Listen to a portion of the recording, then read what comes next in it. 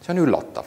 Ma tahan öelda, et see on üks fundamentaalsemaid, kuidas me saame üldse fundamentalismist nagu aru või rääkida või lahata seda küsimust, et võib-olla me osutame erinevatele niisugustele asjadele. Alustuseks niisugune näide. Kujutage ette, et teie tuttav tuleb Londonist ja ütleb, et ta on vaimustatud Madame Tussauds planetaariumist. Ütleme, millest? Madame Tussauds planetaariumist. Te ei tea, mis asi see on, aga te teate Madame Tussauds muuseumi. See on niisugune vahakujude muuseum ja te hakkate mõtlema, jah, vahakujud, aga kellest nad on tehtud? Kuulsatest inimestest. Aga kuulsaid inimesi nimetatakse staarideks. Ja see on koht, kus sa saad staari ja staare vaadata väga lähedalt. Aga mida muud siis planetaarium oma teleskoobiga võimaldab, kui tähti lähedalt vaadata? Milline tore metafoor. Ta käis järelikult Madame Tussauds selles vahakujude muuseumis. Ja kuni ühel hetkel selgub, et on tõepoolest sõna otseses mõttes olemas selline koht nagu Madame Tussauds planetaarium. Mina ei ole seal käinud, aga kirjeldatakse seda siis, et seal on niisugused tähistaeva mudelid ja üldsegi mitte inimesed, keda nimetatakse staariks. Nii et teatud hetkeni me võime öelda, et meil on ühine tähendus, planetaarium, aga varjatult erinev osutus, radikaalselt erinev osutus. Nüüd lubage, et ma tulen niisuguse näite juurde. On üks perekond ja selles perekonnas on ütleme 5 last. Ja isa on surnud ja ka ema on surnud ja selle perekonna kohal hõljub mingi saladus, mida ema teadis ja mida võib-olla ka isa teadis. Või ütleme teistmoodi, ametlik abikaasa teadis. Aga mida lapsed ei tea. Ja see saladus on see, et kõige vanem laps on eostatud teise isa poolt. Ja kuna nad on kõik õdede ja vendadena kenasti koos kasvanud, siis nad kõik viitavad sõnaga isa sellele, kes on pere ametlik isa. Aga üks nendest lastest on kuidagi teistmoodi. Tema olemus on teistmoodi, tema näojooned isegi on teistmoodi, tema käitumine on radikaalselt teistmoodi. Nii et aeg-ajalt löövad teised lapsed kätt kokku ja küsivad, kust sa ometi tulnud oled? Ja kui nüüd see vanem laps ütleb, et ma põlvnen oma isast, siis ma küsin, kellele ta siin osutab. Tähenduse tasandil me võiks öelda, ta osutab sellele, kes seisab perepildi peal.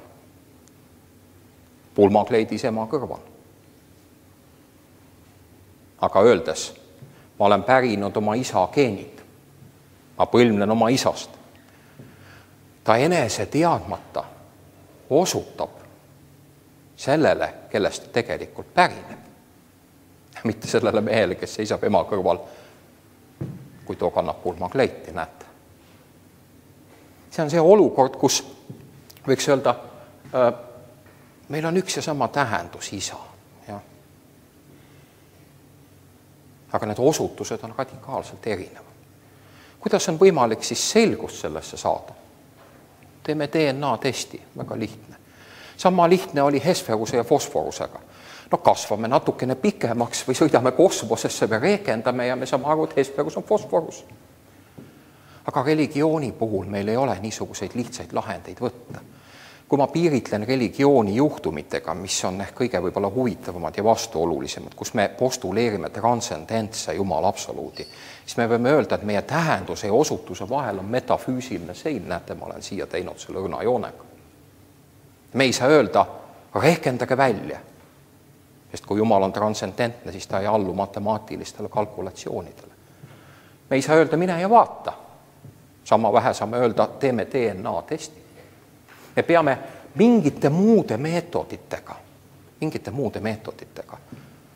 püüdma aimu saada, kas need osutused lähevad kokku või on erinevad, näete. Ja kui fundamentalist väga sageli ütleb, mis on fundamentalisti sõnavara? Fundamentalisti sõnavara on see, et sa pärined saatanast või sa oled antikristus. Kui te loete näiteks Osama bin Ladeni avaldusi, eks ole, et seal aeg-ajalt see antikristuse teema väga selgelt jookseb läbi. Mis asi on antikristus? Antikristus ei ole mitte lihtsalt teine isa, eks ole, see võiks olla nagu vastand isegi sellele. Kuidas kindlaks teha, mismoodi me ei saa minna ja vaadata? Te võite öelda, et võtame teoloogid appi. Aga minu projekt on huvitav just sedapidi, et me üritame koos või sarnaselt Toomasega teoloogi mitte siin appi võtta. Mitte, et teoloog oleks ebakompetentne, aga me püüame ilma temata hakkama saada, sest see on universaalsem. Loogika ja terve mõistus on universaalsemad asjad kui see, et meil on teoloogid, kes istuvad kokku ja hakkavad alles arutama, kas me saavutame ühismeele või mitte, näete.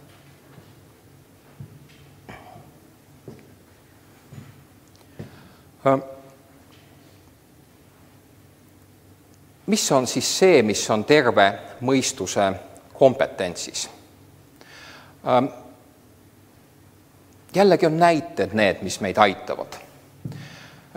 Võtame näiteks sellise juhtumi, kus me reisime kosmoselaevaga kusagile kaugele galaktikale ja me avastame enne imet planeedi, mis on just nagu meie planeet ja et neil on ka kristlikud kirikud ja ristid koguni seina peal ja samasugused pühakirjad. Mitte mingisugust erinevust ei ole. Aga iga kord, kui näiteks liturgia keeles öeldakse või liturgia käigus öeldakse, Jumal on armastus, ma vabandan selle näite eest, aga ma pean seda tooma, iga kord, kui öeldakse Jumal on armastus, lõigatakse väikesel lapsel kõri läbi. Te ütlete, et see on midagi niisugust, mis on rabav. Teid lohutatakse, öeldakse, teate, kultuurilised erinevused. Olge tolerantsem, ütlen, ma ei ole niisuguses asjas tolerantne, eks ole. Et mis iganes siin nüüd toimub, aga see religioon kasutades sammu sõnu, sama liturgiat võib öelda põhimõtteliselt, ta osutab teisele Jumalale, seal on taga teine Jumal. Kuidas ma seda tõestada saan? Ma ei peagi seda tõestama. Sest vaadake, väga tihti fraasi ma tõestan, et on nii või ma tean, et on nii või et on tõde, et on nii. Ma saan selle asendada leebema fraasiga, mul puuduvad kahtlused.